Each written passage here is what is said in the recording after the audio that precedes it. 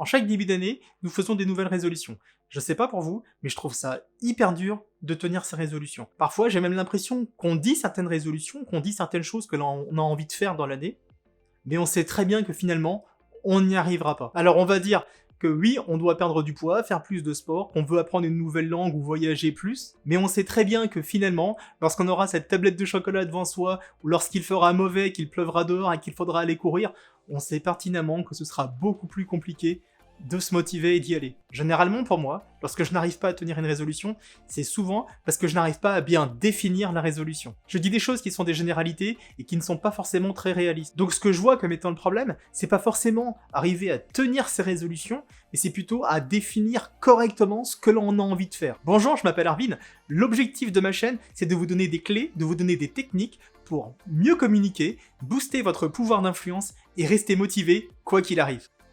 Généralement, lorsque j'ai envie de partir en vacances, lorsque j'ai envie de faire un voyage, c'est un petit peu un process. Je réfléchis où j'ai envie d'aller, quand j'ai envie d'y aller, combien ça va me coûter, combien de temps le voyage va durer, et si mes enfants pourront tenir pendant tout le voyage sans devenir complètement fous. Eh bien, vous pouvez appliquer toute cette démarche de réflexion de la même manière pour atteindre vos résolutions de l'année, vos objectifs de l'année. Bien définir ces objectifs pour pouvoir les atteindre repose sur 5 éléments.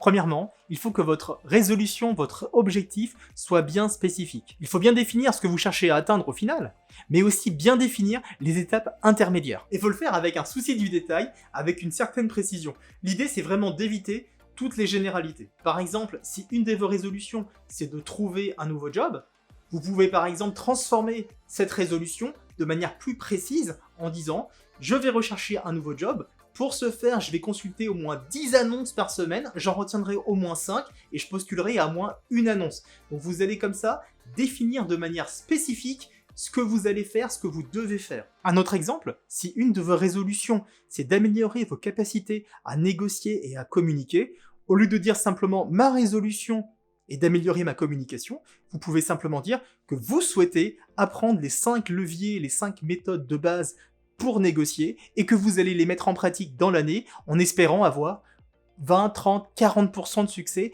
dans vos échanges. Donc vraiment, soyez spécifique sur ce que vous voulez vraiment atteindre, mais aussi soyez spécifique sur les étapes intermédiaires. Deuxièmement, il faut que votre résolution, votre objectif soit mesurable.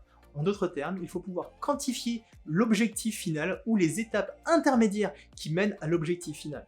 L'idée est d'utiliser ce chiffre comme moyen de mesure d'avancement dans l'année pour voir si vous progressez bien vers ce que vous voulez faire. Par exemple, pour moi, j'adore le Japon, je suis un vrai fou du Japon et j'ai vraiment envie cette année de commencer à apprendre à parler japonais. Le problème, c'est que dire que je veux apprendre le japonais, ce n'est ni spécifique ni mesurable. Alors, j'ai transformé ça en suivre un cours par semaine de japonais en ligne pendant les 40-45 semaines de l'année, donc en enlevant les grandes vacances par exemple. Donc en disant ça, en disant que je vais suivre 40-45 cours dans l'année, c'est spécifique et c'est mesurable. Et si j'en avais fait 20, j'aurais fait à peu près la moitié des cours de l'année. Donc ça va me permettre de mesurer l'avancement vers mon objectif de l'année. Le troisième élément est qu'il faut que votre résolution, votre objectif soit atteignable. L'idée, c'est d'essayer de rester un minimum réaliste par rapport à vos contraintes, par rapport à vos envies, par rapport à vos capacités. Par exemple, si une de mes résolutions de l'année est de faire plus de sport, je pourrais de manière réaliste me fixer comme objectif de faire 4 séances de sport par semaine. Mais me fixer comme objectif de m'entraîner tous les jours pendant 1 heure ou 2 heures est complètement utopique et complètement pas du tout réaliste. Le quatrième élément permet de répondre à la question pourquoi vous êtes fixé cette résolution, cet objectif. Pourquoi est-ce que cette résolution vous tient vraiment à cœur? Compte tenu du contexte, de la situation, de votre agenda, pourquoi est-ce que vous souhaitez faire cet objectif? Pourquoi vous souhaitez atteindre cet objectif? Par exemple, une de mes résolutions cette année est de lire 18 livres en communication, leadership, analyse comportementale, négociation. C'est un objectif qui est à la fois spécifique, qui est à la fois mesurable, mais surtout qui compte beaucoup pour moi. Je pars du principe qu'on continue toujours d'apprendre, surtout dans mon métier. Donc si je veux continuer à produire du contenu intéressant pour vous, je suis obligé de lire ces livres dans l'année, c'est vraiment important pour moi. Enfin, le cinquième élément est de positionner votre résolution, votre objectif sur une échelle de temps. L'idée est de se poser la question, encore une fois, de manière totalement réaliste, combien de temps j'ai pour atteindre mon objectif? Quel est l'horizon de temps que je me donne pour faire ce que je dois faire ce que j'ai envie de faire. Par exemple, un de mes objectifs de l'année, une de mes résolutions de l'année, est de produire une vidéo par semaine pour cette chaîne YouTube. Globalement, si on enlève les vacances scolaires, la période de fin d'année, on est sur 40-45 vidéos. Sauf que faire une vidéo me prend environ 20 heures. Et il sera totalement impossible de tenir ce rythme toute l'année. Donc si je mets ça sur une échelle de temps, je peux simplement me dire que je vais essayer de filmer un maximum de vidéos au premier semestre et les traiter au fur et à mesure, et me garder le deuxième semestre pour faire beaucoup plus de post-production et de montage. Donc l'idée est de vraiment définir une résolution, un objectif, que l'on place sur une échelle de temps pour se donner aussi une meilleure visibilité de ce qu'on doit faire et quand on doit le faire.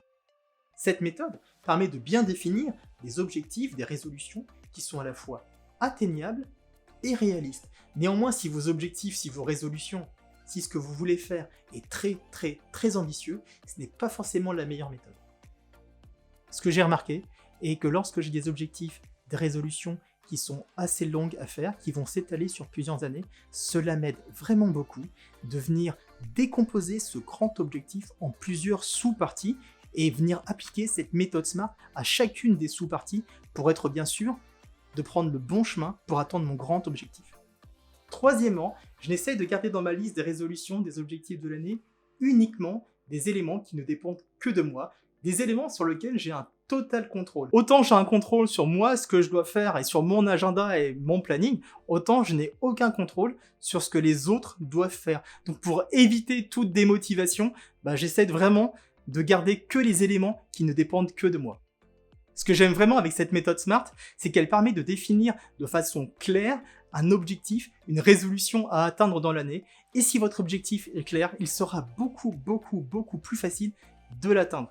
Encore une fois, si jamais moi je peux le faire, vous pouvez aussi y arriver. Si vous avez aimé la vidéo d'aujourd'hui, n'hésitez pas à liker la vidéo, à vous abonner à la chaîne, à partager le contenu avec ceux qui vous entourent, c'est vraiment très important pour moi.